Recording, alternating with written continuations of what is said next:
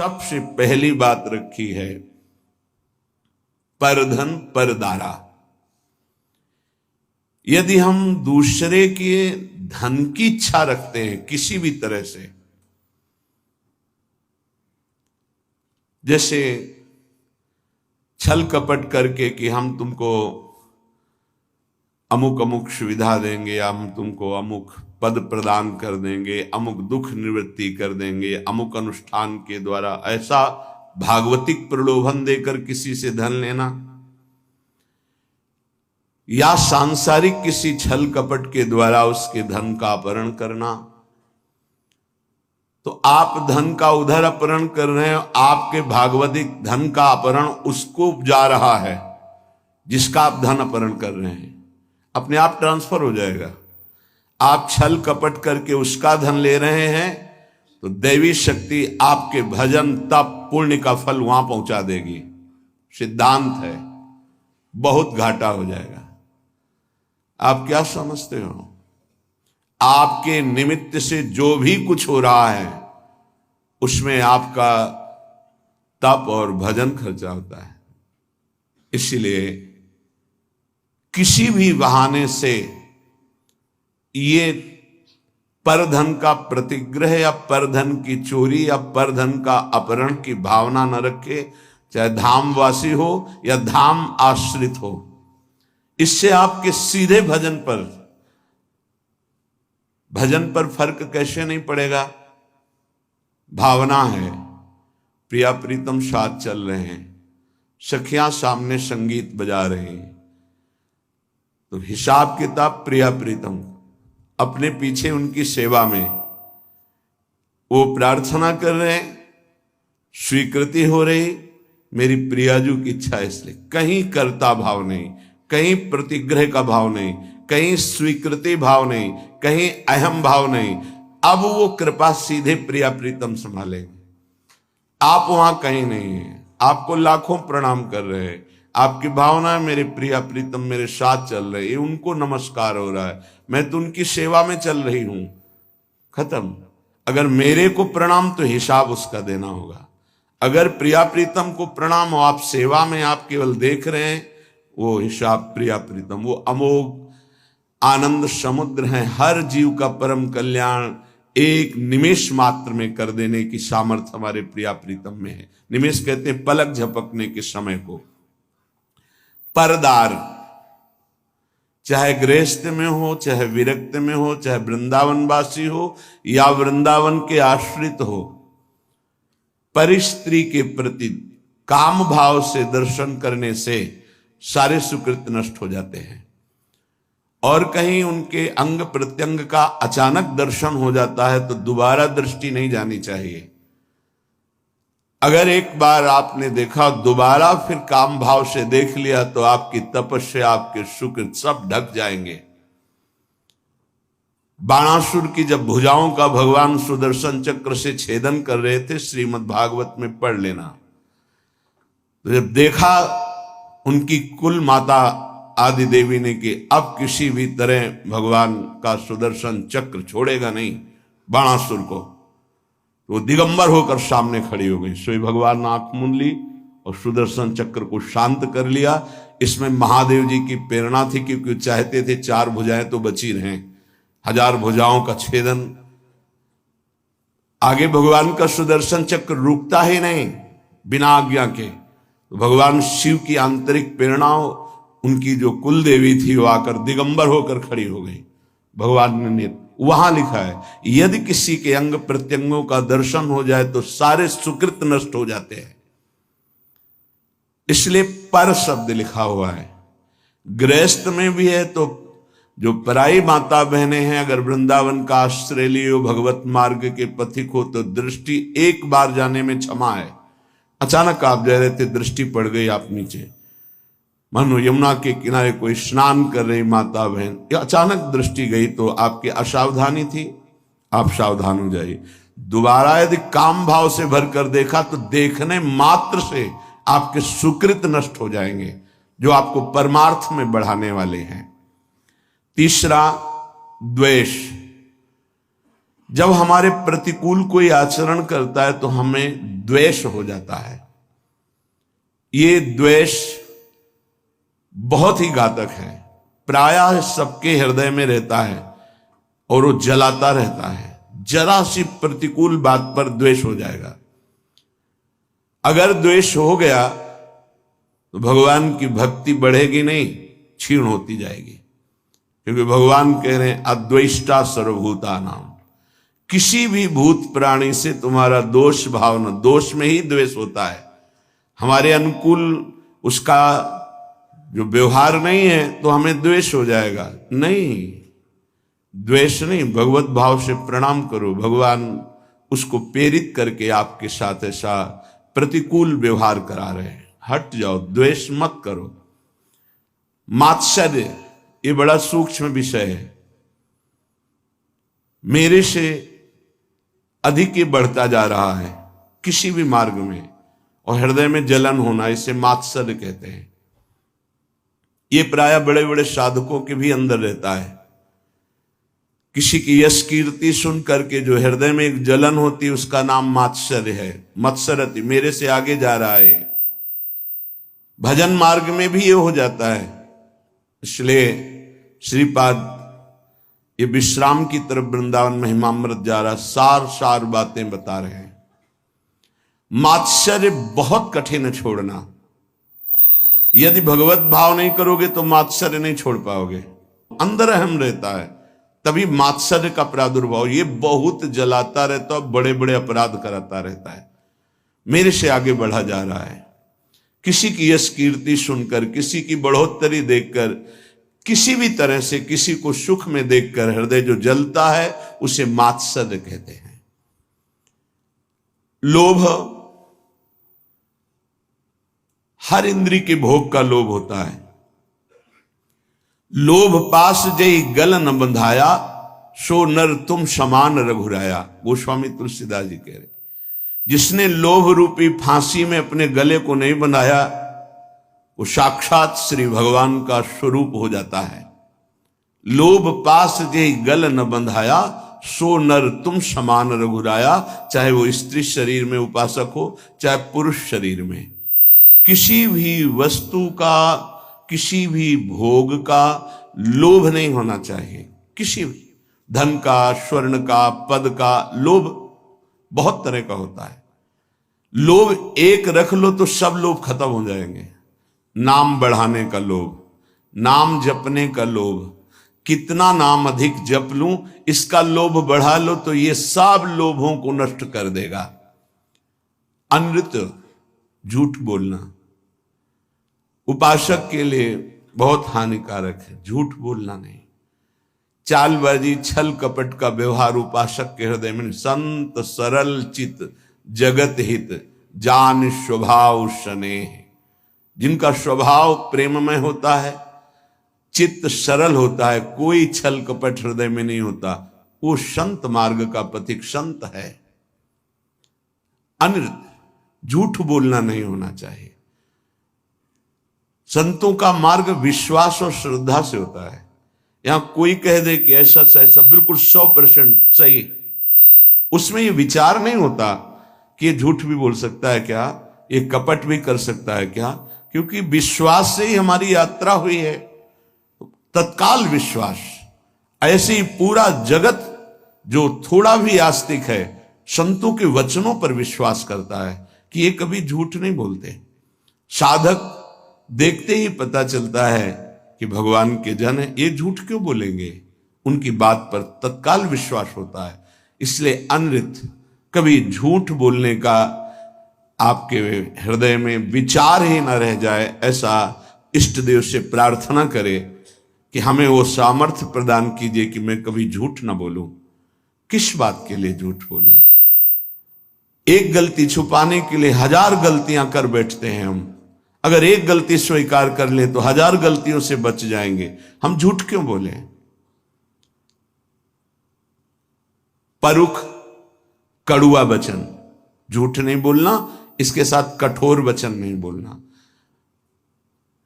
कुछ भजन करने वाले उपासक समझ नहीं पाते तो ऐसे सेवक जी बड़ा विरोध करके उनके लिए बोल रहे हैं। एक रिसाने से रूखे से दीखत पूछत रीति भभूकत धावत। बोले एक ऐसे मानो गुस्सा है, रिसाने से मानो हृदय शुष्क है, रूखे से दीखत, बात करो तो भभूकत धावत। भभूकत धावत, भूकत शब्द श्वान के लिए है, वो एकदम ऐसे नहीं, ऐसा नहीं। उपासक का व्यवहार बहुत सरल, मृदु और उदासीन, दोनों बातें समझनी है। गंभीर शब्दों में, मृदु शब्दों में हल्की मुस्कुराहट लेते हुए बात कह दी, उदासीन हो गया। एक रिशाने से रूखे से दीखत पूछत रीति भभूकत धावत, ऐसा नहीं होना चाहिए। एक रंग मगे बोलन, ये भी नहीं होना चाहिए कि बहुत सजा करके सामने वाले, नहीं, सीधी बात, सरल चित्त से मंद मुस्कान से उत्तर दिया। आवश्यक हुआ तो, कोई हमारा द्वेष नहीं, कोई हमारा कड़ुआपन नहीं है, और उदासीन हो गए। परुख वचन कबहु न कहा, कठोर वचन कभी उपासक न बोले।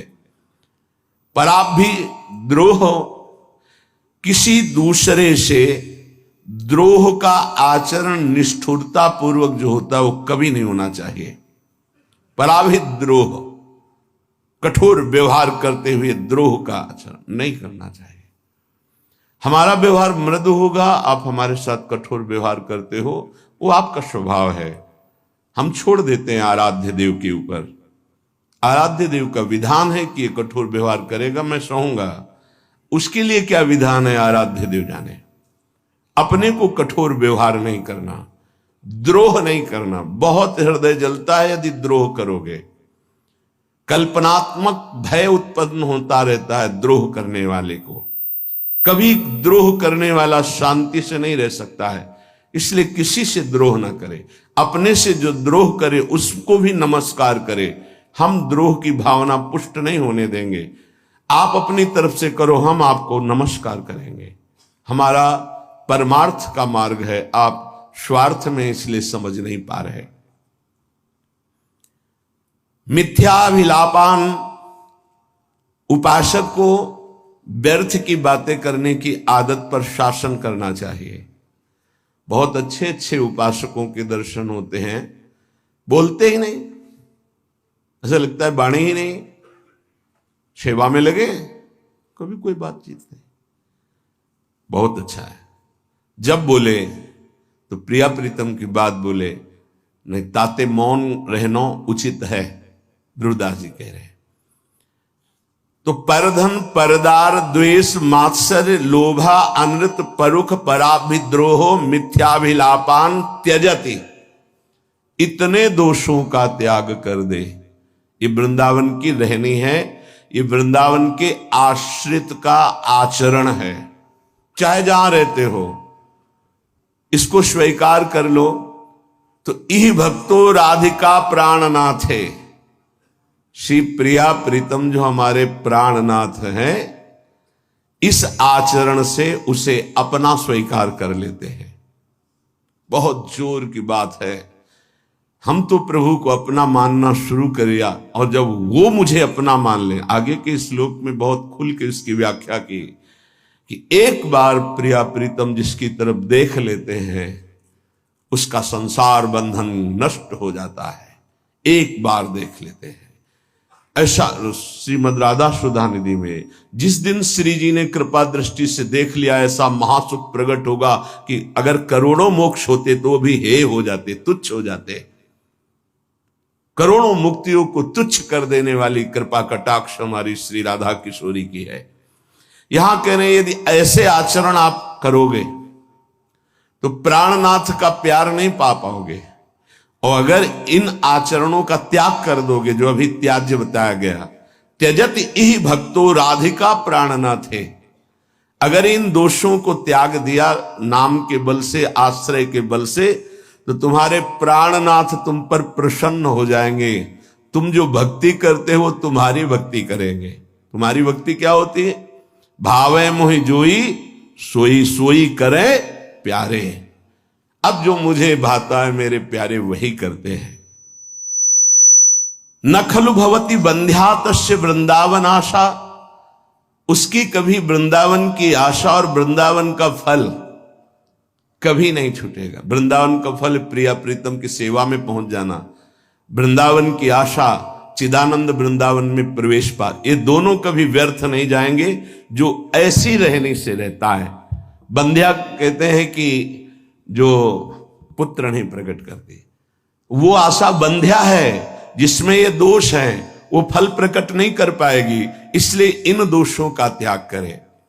परधन का, परिस्त्री का, द्वेष का, मात्सर्य का, लोभ का, झूठ का, कठोर वचन का, दूसरे से कठोर द्रोह करने का, निष्ठुरता का और मिथ्या भाषण का जो त्याग कर देता है, प्रिया प्रीतम उसे अपना स्वीकार कर लेते हैं। निर्मर्यादाश्चर्य कारुण्य पूर्णो राधा कृष्णो पश्यतश्चेत् कदाचित्। राधा कृष्णो पश्यतश्चेत् कदाचित्, यः कोऽप्यस्मिन् यादृशास्तादृशो वा देहस्यान्ते प्राप्नुयादेव सिद्धिम। देख लो, विश्वास करो, यदि आप ऐसे चलोगे तो आपके ऊपर दोनों की दृष्टि हो जाएगी। राधा कृष्णों पश्यतश्चेत् कदाचित्, किसी समय वो आपको देख लेंगे, उनके महल में रह रहे हो, पक्का विश्वास करो। ये तो यहां तो कहा जा रहा है कदाचित किसी समय देख लेंगे, अपने को रोज देखते हैं, हम ही को नहीं, आप सबको देखते हैं, क्योंकि आप नहीं देख रहे, जब देखते हैं तो पता चलता है वो किस किस को देख रहे हैं। वो सब आप शरणागत हैं, आप सबको देखते हैं। कदावा खेलंतो ब्रजनगर वीथीषु हृदयम हरंतो श्री राधिका मधुपति कुमारो सुकृतिना। जो हमारे नवल किशोर युगल सरकार हैं, खेलते खेलते कभी देख लेंगे और आपके चित्त का अपहरण कर लेंगे। कदावा खेलंतो ब्रजनगर बीथीषु हृदयम हरंतो श्री राधा मधुपति कुमारो सुकृतिना। अकस्मात किसी दिन दृष्टि पड़ेगी हमारे सरकार की और आपके चित्त को चुरा के निहाल कर देंगे। इस देश में रहने का यही फल मिलता है। कदा वा खेलंतो, कभी खेलते खेलते युगल सरकार, ये मेरा शरणागत है, राधा राधा पुकारता रहता है, देख लिया, निहाल कर देंगे। निर्मर्याद कारुण्य पूर्णो, कोई सीमा नहीं जिनकी करुणा की, उस करुणा से पूरित होकर राधा कृष्णो पश्यतश्चेत् कदाचित्, उसे राधा कृष्ण देख लेते हैं। किसको?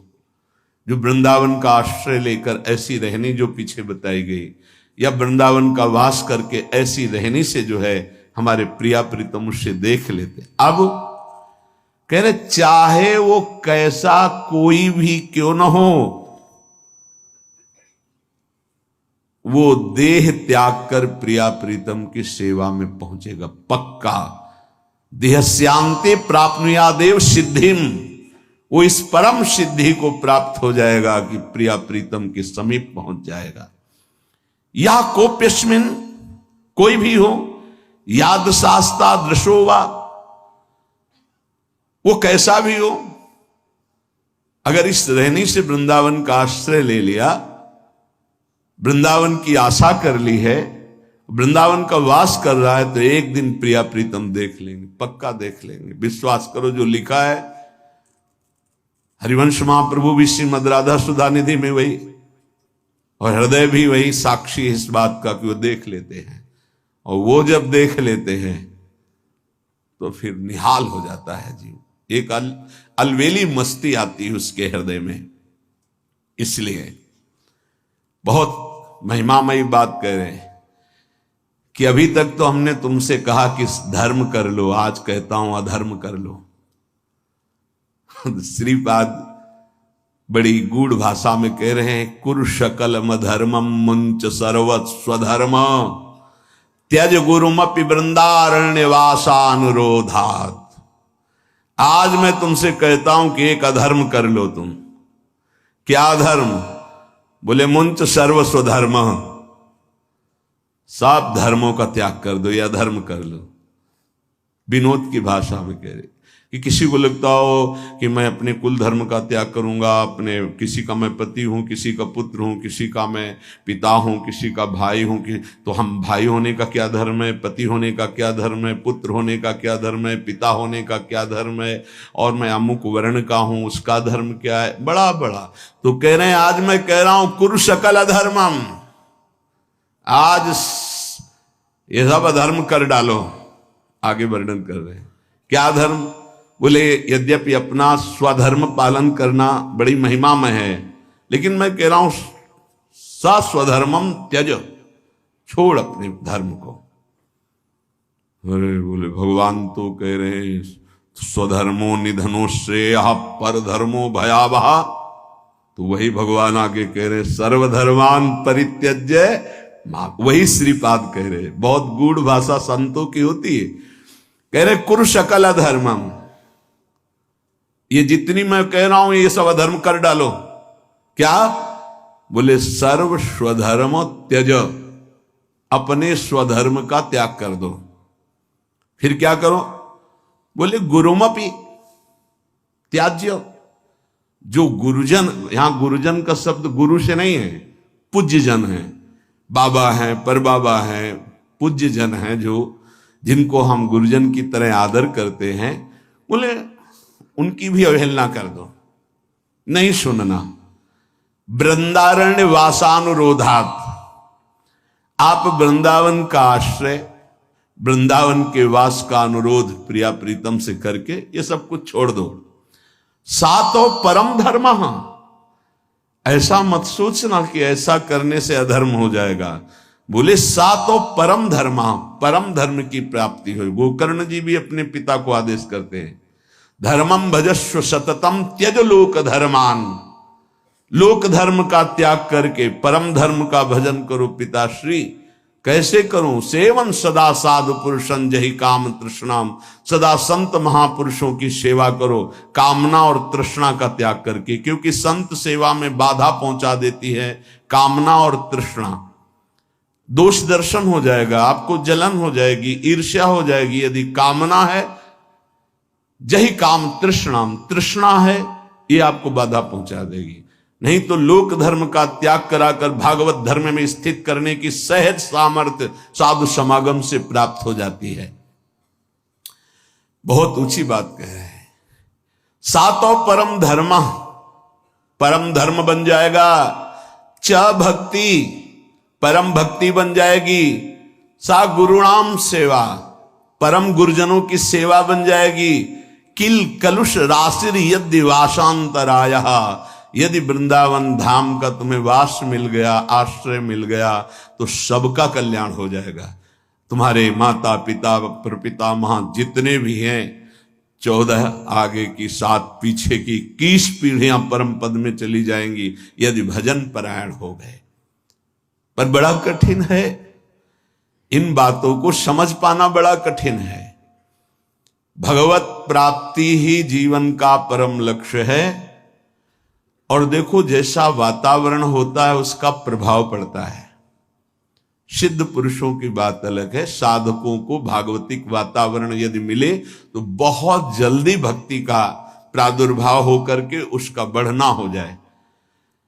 जैसे आप यहां सुन रहे हैं तो भागवतिक आकर्षण हो रहा है, अभी आप बाहर निकले तो सांसारिक आकर्षण धूल डाल देगा। ये जो चिंतन बन रहा है, लक्ष्य बन रहा है, बैठे बैठे देखो लक्ष्य बन रहा है, दोषों के त्याग का और भगवत प्राप्ति का कहीं न कहीं बीज पड़ रहा है। बाहर जाते ही ऐसे केमिकल छिड़क दिए जाएंगे कि वो अंकुरित ही नहीं हो पाएगा। माया का बड़ा प्रभाव है। तो कैसे हम बाहर बचे? हृदय में आश्रय और मुख में नाम जप है, पक्का कोई भी प्रभाव नहीं कर पाएगा। नाम जब चल रहा हृदय में आश्रय है। राधा मधुपति पदाम्बुज भक्ति रसपूर दूर मुक्तस्य अजितेन्द्रियस्य कृपया मम वृंदारण्यमाश्रयो भवतु।